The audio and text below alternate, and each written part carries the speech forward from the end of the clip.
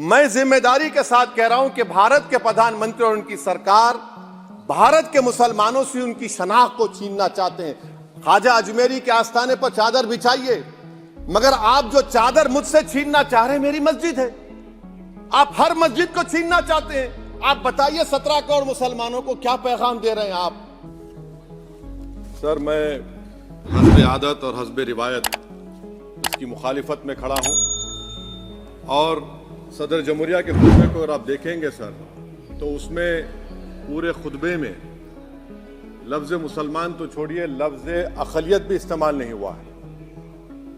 और मैं बड़ी जिम्मेदारी के साथ आपके सामने अर्ज़ कर रहा हूँ कि भारत में 14% मुसलमान जो आबादी के लिहाज से 17 करोड़ आते हैं, वो आज पिछले 10 साल में नरेंद्र मोदी की सरकार में अपने आप को एक गैर यकीनी कैफियत में पाते हैं, अपने सोचते हैं कि हमारी शनाख्त को ख़तरा है, हमारे वजूद को ख़तरा है। और मैं बड़ी जिम्मेदारी के साथ कह रहा हूं कि जज्बात में लाए बगैर कह रहा हूं कि आज 17 करोड़ मुसलमान अपने आप को ऐसा समझते हैं कि जिस ज़माने में हिटलर के ज़माने में यहूदी अपने आप को समझते थे। और उसकी मैं बताता हूं क्यों समझते हैं, बताता हूं आपको चंद मिनट में। सर, मिसाल के तौर पर आप देखिए खुतबे सदारत के हिस्से तहरीर का 32वां पैराग्राफ 32 पैराग्राफ में ड्रॉप आउट रेट का जिक्र हुआ, स्कूलों में इंदराज यानी एनरोलमेंट का जिक्र हुआ, एससीज का नाम लिया गया, एसटीज का नाम लिया गया, ओबीसीज का नाम लिया गया, लफ्ज़ अक़लियत का नाम नहीं लिया गया, मुसलमान तो छोड़िए। और सबसे ज़्यादा ड्रॉप आउट इस मुल्क में अगर स्कूलों में है तो मुसलमानों में है। सबसे कम एनरोलमेंट अगर है तो मुसलमानों में हायर एजुकेशन में। गवर्नमेंट का डेटा है सर कि मुसलमानों का जो स्टूडेंट ड्रॉप आउट है वो 14.42 से क्लास 1 से शुरू होता और वो क्लास 6 और 8 को पहुंचे अब तक वो 10.76 को पहुंचता है। ये गवर्नमेंट का डेटा है, यानी क्लास 1 से क्लास 6 से 8 तक ये हाल है। आपने क्या किया सर इस बजट में? प्री मैट्रिक स्कॉलरशिप को सिर्फ 9th क्लास तक महदूद कर दिया और इसमें आपने पैसे कम कर दिए प्री मैट्रिक स्कॉलरशिप में। और सर 2022-23 का बजट आप देखिए, 5026 करोड़ रुपए दिए गए थे, जिसमें से सिर्फ 663 करोड़ इस्तेमाल हुए। अब आप आ जाइए सर, AISHE का डेटा है कि हायर एजुकेशन में मुसलमानों का 8.5 ड्रॉप आउट रेट हुआ है। 2020-21 में गवर्नमेंट का डेटा बता रहा है कि 1,80,000 मुसलमान हायर एजुकेशन में नहीं है।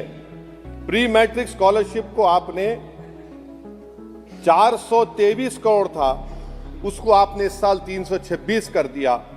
मौलाना आज़ाद फेलोशिप को 45 करोड़ कर दिया।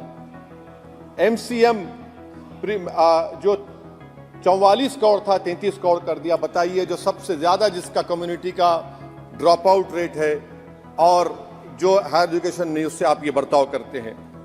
सर, दूसरी बात यह है कि हम ये देख रहे हैं कि 10 साल में इस सरकार में कोई हद नहीं छोड़ी है गलत हुक्मरानी की, नफरतों को भड़काने की, कोई हद नहीं छोड़ी गलत फहमियों को फैलाने की, और कोई हद नहीं छोड़ी इस मुल्क के अवाम नास को तर्क करने की। इस 10 साल में हमने क्या देखा सर? जमहूरियत हमारे वतन अजीज की को बचाना बहुत जरूरी है, ये गरीबों के लिए और कमजोरों की एक बहुत बड़ी ताकत है। मगर 10 साल में 9.5 साल में क्या हुआ? सिर्फ एक शख्स को मजबूत कर दिया गया, एक मजहब को मजबूत कर दिया गया, एक आइडियोलॉजी, एक नजरिए को मजबूत कर दिया गया, एक शनाख्त को सब शनाख्त के आगे दूसरी शनाख्तों को मिटाने की कोशिश की गई, एक जबान को मजबूत कर दिया गया। तो हमारी जमहूरियत तो खोखली हो चुकी है। और सर, कोई भी हुकूमत और पार्टी सिर्फ जबर और इस्तेसाल पर कायम नहीं रह सकती है सर। दूसरा पॉइंट सर जो मैं आपके सामने अर्ज करना चाह रहा हूं, CAA के कानून के ताल्लुक से मरकजी एक वजीर ने अखबार में बयान दिया कि हम 8 दिन में करने वाले हैं। आप 8 दिन में करेंगे, 8 दिन में एहतजाज शुरू होगा मुल्क के कोने कोने में। आप CAA को मजहब से खत्म कर दीजिए, मजहब से जोड़ेंगे तो आपका इरादा बुरा है। आप भारत की अक़लियतों को, भारत के मुसलमानों को, दलितों को आप परेशान करने का आपका इरादा है। सर दूसरी बात यह है कि CAA के खिलाफ क्यों हम हैं? क्योंकि सीमांचल के मुसलमान को आप बांग्लादेशी कहते हैं। कोई मिनिस्टर मुझे कहता है कि घुसपैठी है, रोहिंग्या है।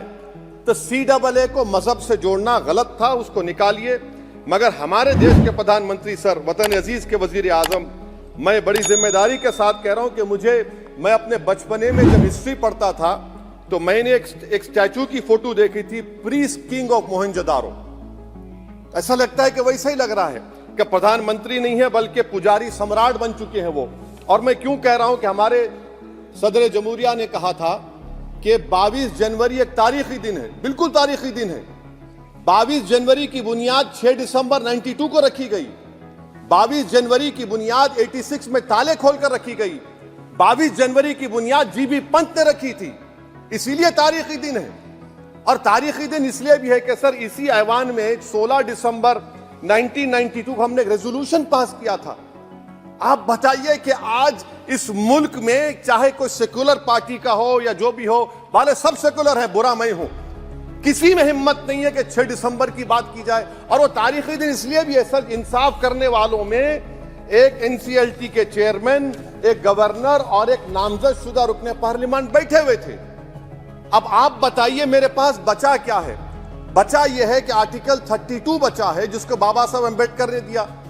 आज मुल्क के 17 करोड़ मुसलमान भारत के वजीर आजम पर एतमाद भरोसा नहीं करते, बिल्कुल नहीं करते, बता रहा हूं, खुल के कह रहा हूं। अगर आप आर्टिकल 32 का ड्यू प्रोसेस ही खत्म कर देंगे तो फिर मेरे पास क्या बचेगा सर? क्या बचेगा? मैं तो यहां खड़े होकर वो सुप्रीम कोर्ट के मायानाज बेबाक वकील दुष्यंत दवे की तरह तो नहीं कह सकता। मुझे आज भी रूल ऑफ लॉ में भरोसा है, मुझे आज भी कानून पर, संविधान पर भरोसा है, मगर ड्यू प्रोसेस तो फॉलो होना चाहिए। ड्यू प्रोसेस फॉलो नहीं हो रहा। एक तारीखी दिन 22 जनवरी था, एक तारीखी दिन 31 जनवरी था। सर रात के अंधेरे में अपील किए बगैर आप आरे लेकर रास्ता खोल देते हैं। क्या पैगाम दे रहे हैं सर? 600 साल की मेहरौली की मस्जिद को बगैर को नोटिस दिए आपने डिमोलिश कर दिया। मैं जिम्मेदारी के साथ कह रहा हूं कि भारत के प्रधानमंत्री और उनकी सरकार भारत के मुसलमानों से उनकी शनाख्त को छीनना चाहते हैं। ख्वाजा अजमेरी के आस्थाने पर चादर बिछाइए, मगर आप जो चादर मुझसे छीनना चाह रहे हैं मेरी मस्जिद है, आप हर मस्जिद को छीनना चाहते हैं। आप बताइए 17 करोड़ मुसलमानों को क्या पैगाम दे रहे हैं आप कि आप हर मस्जिद को छीन लेंगे मुझसे? फिर मेरा वजूद किस माने रखता है? मेरा शनाख्त क्या माने रखता है? रूल ऑफ लॉ क्या माने? अच्छा 1991 के प्लेसेस ऑफ वर्शिप एक्ट पर क्यों नहीं बोलते आप लोग? आप उस पर कायम है नहीं है। आप 500 साल की बात करते, मैं आपसे कहता हूं भाई 500 साल पे मत जाइए, बौद्ध पे जाइए, जैनिज्म पे जाइए, शैविज्म पे जाइए, कहां रुकेंगे? अरे इस देश को आजादी मिली 47 में, संविधान मिला हमको बाबा साहब अम्बेडकर का बराबरी का। उससे पहले तो राजा रजवाड़े थे, जमहूरियत नहीं थी, लोकतंत्र नहीं था, मगर आप उसको उस बारे में लेके जाते। अरे 500 साल आगे क्या होगा बताइए? आप किसी एक सिविलाइजेशन, सर अंग्रेजी में किसी ने कहा था civilization can not be rewritten by hatred, history can not be corrected by demolition. आप ये नहीं कर सकते। और मैं उम्मीद करता हूं कि जब मौर्रिख तारीख लिखेगा, नरेंद्र मोदी इस मुल्क में तारीख लिखना चाहते हैं। क्या तारीख लिखना चाहते हैं? कि मैंने इस देश को, गांधी अंबेडकर के देश को मैंने हिंदू राष्ट्र बना दिया। मैं उम्मीद करता हूं कि हमारे भारत के हमारे हिंदू भाई देश के प्रधानमंत्री की सोच को नाकाम करेंगे, उन पर है। अब देखते हैं क्या होता है। सर नेबरहुड फर्स्ट की पॉलिसी है। नेबरहुड फर्स्ट क्या हो रहा है सर? हम सोशल मीडिया के जरिए फॉरेन पॉलिसी चला रहे हैं। मालदीव छोटा मुल्क, वो हमको आंख दिखा रहा है, चीन की गोद में बैठ गया। हमारे लद्दाख में हमारे जो लोग जानवर को लेकर घास चराए जाते, वहां पर चीन की आर्मी आके रोक रही। बताइए, बांग्लादेश चीन की गोद में बैठा हुआ है। आप गैलेंट्री अवार्ड दे रहे हैं, क्यों दे रहे हैं? कि चीन बैठा हुआ है। तो आपका बफर जोन गया कहां भाई साहब? आपका बफर जोन तो कहां गया नहीं मालूम, गायब हो गया बफर जोन। और दूसरी बात सर, आप ये भी देख लीजिए कि यहां पर मैं आपको इंपॉर्टेंट पॉइंट ये बताना चाह रहा हूं सर। ये हम बोलते हैं India middle east economic corridor, कितना पैसा है बताइए? वो नहीं बताया जाता। अच्छा सर, सबसे तकलीफ दे बात मेरे लिए है कि भारत ने यूनेस्को का इलेक्शन पाकिस्तान से हार गया। हम पाकिस्तान से हार गए, ये आपकी फॉरेन पॉलिसी है। यूनेस्को के इलेक्शन हम पाकिस्तान से हार गए। अच्छा, मामला इजराइल का फलस्तीन का, गाजा का आया। अक्टूबर में 10,000 लोग मर गए, हमने यूएन में सीज फायर की तायीद नहीं की। दिसंबर आया 20,000 मर गए, तो हमने तायीद कर दी। क्यों तायीद की? क्योंकि ग्लोबल साउथ को हमको फॉलो करना पड़ रहा। भारत ग्लोबल साउथ को फॉलो कर रहा है। मेरे तकलीफ दे बात है, यह आपकी नाकामी का बहुत बड़ा सबूत है। इसीलिए हम बता रहे हैं कि यह सरकार की बहुत से नाकाम। अलीगढ़ मुस्लिम यूनिवर्सिटी, आखिरी पॉइंट, अलीगढ़ मुस्लिम यूनिवर्सिटी। सर आप उत्तर प्रदेश से आते हैं सर, 81 में एक्ट पास हुआ। हमारा लॉ ऑफिसर कोर्ट में कहता है कि मैं पार्लियामेंट के एक्ट को नहीं मानता।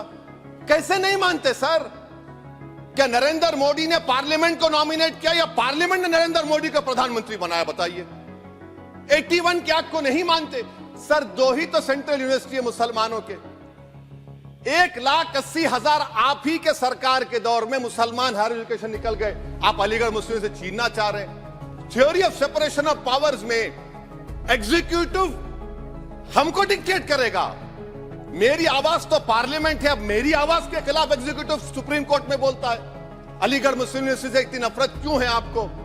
वहां पर तो हिंदू भाई भी पढ़ते हैं सर। ये अलीगढ़ मुस्लिम यूनिवर्सिटी का मामला है सर। तो मैं आपसे इस बात पर, इस शेर पर अपनी बात को खत्म कर रहा हूं सर। आप भी उर्दू दां हैं जी। मसीहाओं को जब भी आवाज दी है, अहमद फराज का शेर है जी जी। मसीहाओं को जब भी आवाज दी है, पलट कर आ गए हर बार कातिल। मसीहाओं को जब भी आवाज दी है, पलट कर आ गए हर बार कातिल। वहां क्या दाद खाही क्या गवाही, वहां क्या दाद खाही क्या गवाही, जहां हो मुंसिफों के यार कातिल। सर मैं फिर से हुकूमत से मुतालबा करता हूं कि अल्पसंख्यक समाज के बजट के स्कॉलरशिप को आप डिमांड ड्रिवन करिए। भारत के प्रधानमंत्री, प्रधान सेवक रहिए। आप कोई प्रीस किंग मत बन जाइए। आप जीतेंगे, कौन जीतेंगे देश तय करेगा। मगर याद रखिए 17 करोड़ मुसलमान आज गम और गुस्से में हैं और इस बात को महसूस कर रहे हैं, इस बात को महसूस कर रहे हैं कि प्रधानमंत्री को हम नोट नहीं दिए मगर हमारा प्रधानमंत्री है। आखिर ये प्रधानमंत्री 17 करोड़ मुसलमानों की उनकी शनाख्त को कैसे मिटा रहे हैं, कैसे उनको आप मार्जिनलाइज कर रहे हैं। इसीलिए सर मैं उम्मीद करता हूं कि हमारे सेकुलरिज्म जो है, वो मैं पॉलिटिकल सेकुलरिज्म कभी नहीं माना। जो सेकुलरिज्म संविधान में लिखा गया उसकी हिफाजत करेंगे। मुल्क अहम है, वरना याद रखिए आप चुनाव जीते या हारे, मगर अगर आप 17 करोड़ एक जनता को आप गैर यकीनी कैफियत पैदा कर देंगे, ये देश के हित में नहीं होगा। बल्कि हम तो उम्मीद कर रहे हैं कि ड्यू प्रोसेस अदालत फॉलो करेगी। अदालत अगर एक तरफा फैसले करेगी तो गलत होगा सर। बहुत बहुत शुक्रिया।